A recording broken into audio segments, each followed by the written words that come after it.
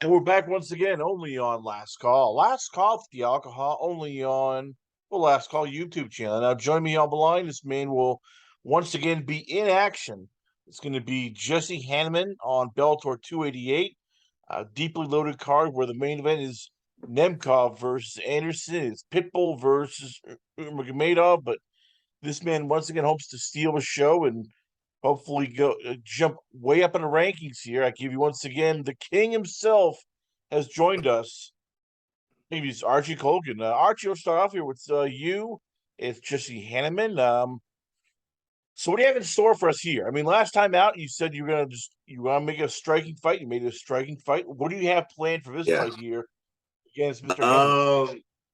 Um. Yeah. I mean, I'm not just gonna throw out the game plan like that, but we've been making a lot of improvements along the striking realm, and then obviously into the grappling also. So depending on how this fight goes, I just plan on showcasing my skill set in all facets.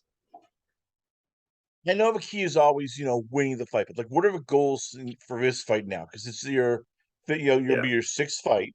You're 5-0. Correct. So, like, what are they when they say this is what we want to see you improve on? This is what they want to see you do well on. Like, what are some of the things for this fight where they say these are the goals for this fight? Um.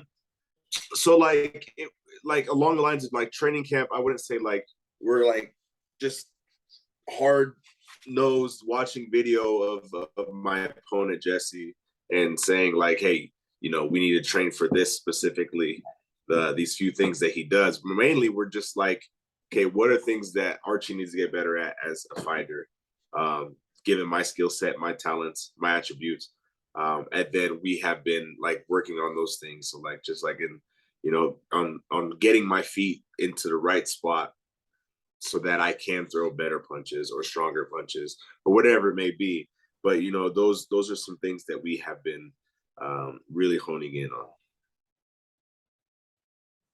So when you have goals like that, like how tough is that to do sometimes when and as you just said, you're trying to figure out what he's Yeah, going to do. You're trying to figure out also, what, how you can improve. And if he's not a willing, partner, like let's say they want to see better footwork, they want to see more action, but he's just a defensive minded guy. He doesn't want to, engage. He doesn't want to, open up. Like how tough is that sometimes, improving on certain things when it's just not there. Like the right hook isn't there. The left hook, yeah, the left kick is there because he's just not going to, let you tee off on him. yeah.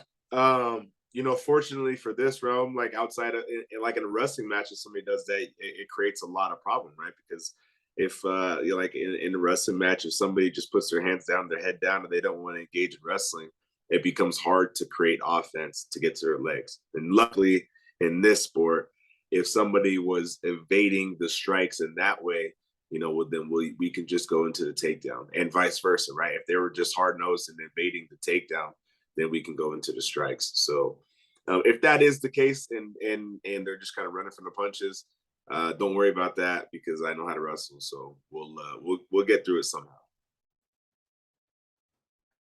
Take us back to your last fight. It was you. It was a very tough and sort of for a while durable guy in none other than sorry about that, Brian Neuro. Yep. What was that like when you're able to land, and for the first two rounds he's just standing right in front of you? He keeps on coming, and how do you not Yeah. get frustrated when you have a guy like that who you're hitting with your best Sunday punch, and for whatever reason you just can't get him to either drop or just stop him? Yeah, I mean, I'll give props to him. He was a tough dude, man. He took a lot of punishment. I dealt a lot of body and head punches, strikes in that fight, and he withstood them and just kept his feet down and kept his nose down and just kept working, trying to chip away as if he was going to come back into the fight. So respects to him. But I just didn't get frustrated because one, I took it as an opportunity for myself to continue to showcase my skills. The more time I got in there, the more I got to show what I'm capable of. And then two, I don't think until that third round, I don't think I was sitting down on any of my punches anyways. I think there's a little tendency for me to sit down on my punches in that fight at the beginning, just because in the fight prior, I had broke my hand, throwing a big right hand. And that was my first fight back from breaking my hand. So, I was making sure that my hand was good, and I wasn't going to re-injure it. And then once I got back to the corner in between the second and third round, we're going into the final round. My coach is like, "Hey, man, we're going to stop this guy. Go sit down your punches. Put your head down and start marching forward, and we're going to get the finish." And I was like, "All right, I'm going to sit down on my punches now." And when I started doing that, the first exchange, he went down, and maybe that was accumulation of all the other punches and strikes that he had taken prior, but I didn't start sitting down on my punches until that third round. Take me to that third round of first knockdown, because it's just a short right hand. You clip him right on the ear. And it's something that I noticed that, for the first two rounds, we were finding success. He's landing, he's throwing the lazy jab, and for you, it's that short right over the top. It just keeps landing, whether it's the chin, whether it's, Yep. the side of his head, whether it's the forearm. How much is that something that you'd be working on? How much do you enjoy when, for you, it's almost like brushing your teeth? You're not thinking, you're just doing it and keep throwing and keep throwing and keep throwing. Yeah. For as short of time as I have been learning striking, I'm thankful and blessed to have been learning striking from the coach that I have. He's made it really easy he was a former wrestler who had developed great striking, and he just made it very easy for me to understand wrestling or striking as a wrestler. So when you get into those exchanges, typically when somebody throws, I'll match and I'll throw, and we just have learned to match shoulders. So if somebody's throwing, you can match the shoulder, slip your head to the outside of it. And then as long as you are conscious of where your head is going, then you'll slip their punch and you'll land your own. So just when we get into those heated exchanges, we've gotten thousands of reps of this stuff. And I'm just confident on, that, my training is going to show that, if we do A, B, and C that we were trained to do, then it'll play out the way it should, or the way that we planned.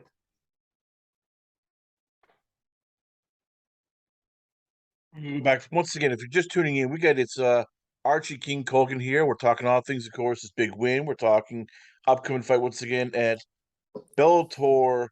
It's going to be all the way in Arizona. Nope, Chicago. Chicago. I mean, Bellator 288. I'm just, I'm going because let me caught my eye here, because I'm looking at a lot of stuff here. We're doing the notes, and the little guy now, because everybody who does not know, you are happily married, you have a kid. Yeah. He's now going to the gym. He's now, I'm guessing, either wants to go or being just basically taken there. What's that like, having him watching you and having that sort of, just extra motivation when it just sucks? Camp sucks, training camp's terrible, the weights, Yeah. bitch, and all of a sudden you're seeing him there. And how much does that help just sort of like make it a little bit easier?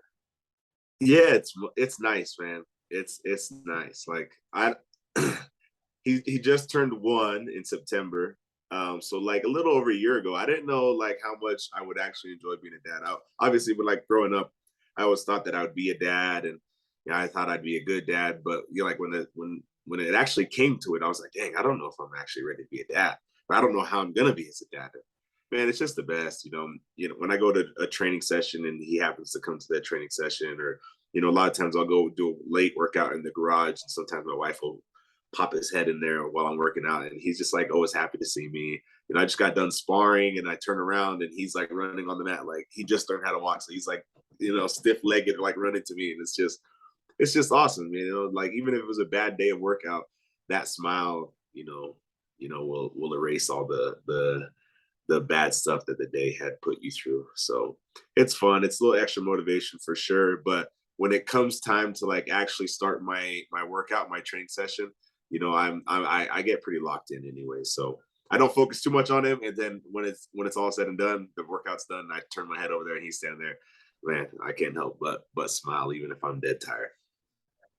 So how does that work for you? I mean, because as you say, you are a father, and I'm glad you brought that up here. You thought, okay, I want to have kids. I'm looking forward to it. Yeah, Then once you have it, it's like, oh crap, I'm not yeah. responsible for this little person here. This is kind of scary because he was like, if I screw up my own life, fine. If I'm not, I now might screw up this kid's life. That's not, that's she starts getting you worried here. So for you, how was it first year, Ben, when you're like, okay, well, am I doing the right thing? Is it okay? Am I holding him okay? Holy crap, I can't, don't drop him, don't drop him. That'd be pretty terrible if I drop him all of a sudden.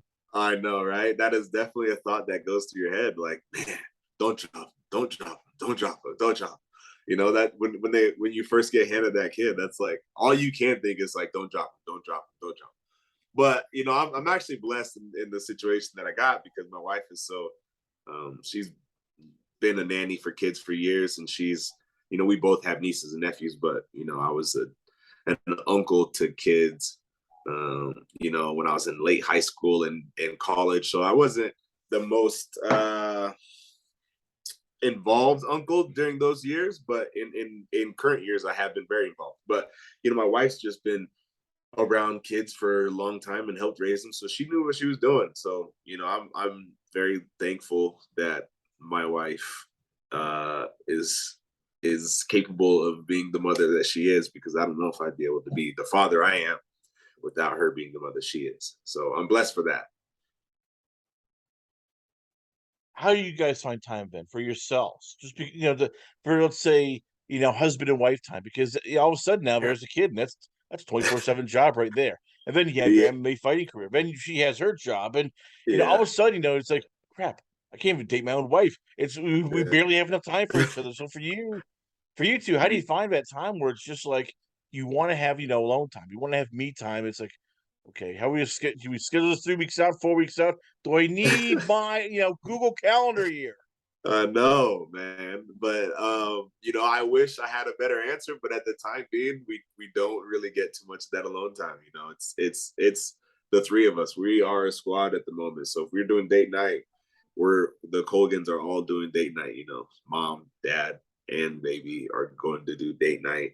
If we're just not at that point yet, but we're gonna get there, and that'll be a very fun night when we do get to that point.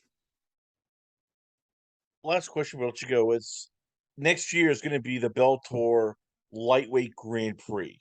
You Yeah, probably will not be in the original 8, but you know yeah, how it is. There's always an alternate. There's always, guys who are pulling out, get injured. It happens here. How big is this fight for you? Also, just not just winning, but winning emphatically and showing Scott Coker and the group, okay, you know what? I want to be in, the alternate spot. Yeah, I want, dibs. I want to be one of those guys where if somebody can't, make weight or somebody gets injured, hey, I want first dibs. How big is it for this fight to sort of make sure they know you want dibs in this whole thing? yeah. It's important to me.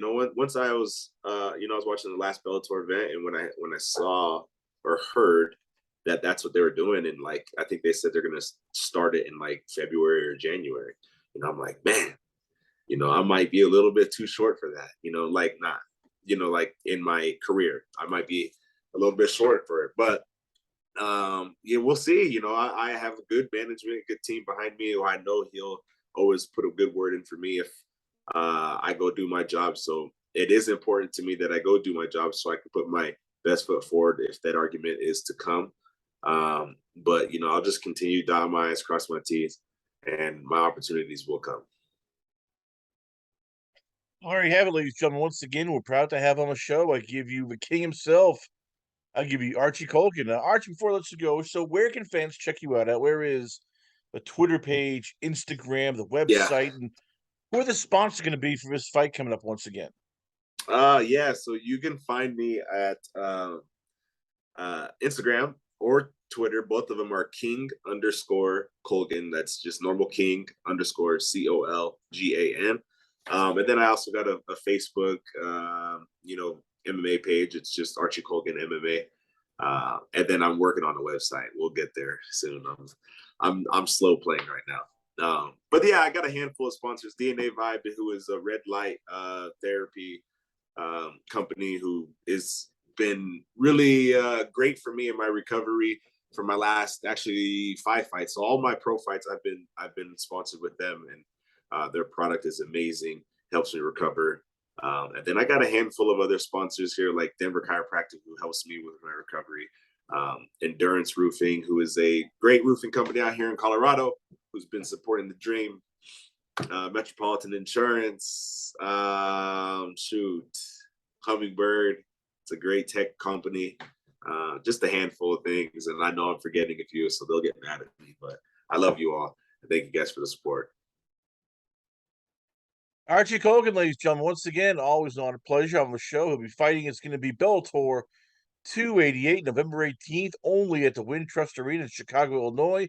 Check at local times and local stations and times for more details. We come back. A lot more going on here, but only on it is Last Call. Last Call for the alcohol, only on the Last Call YouTube channel.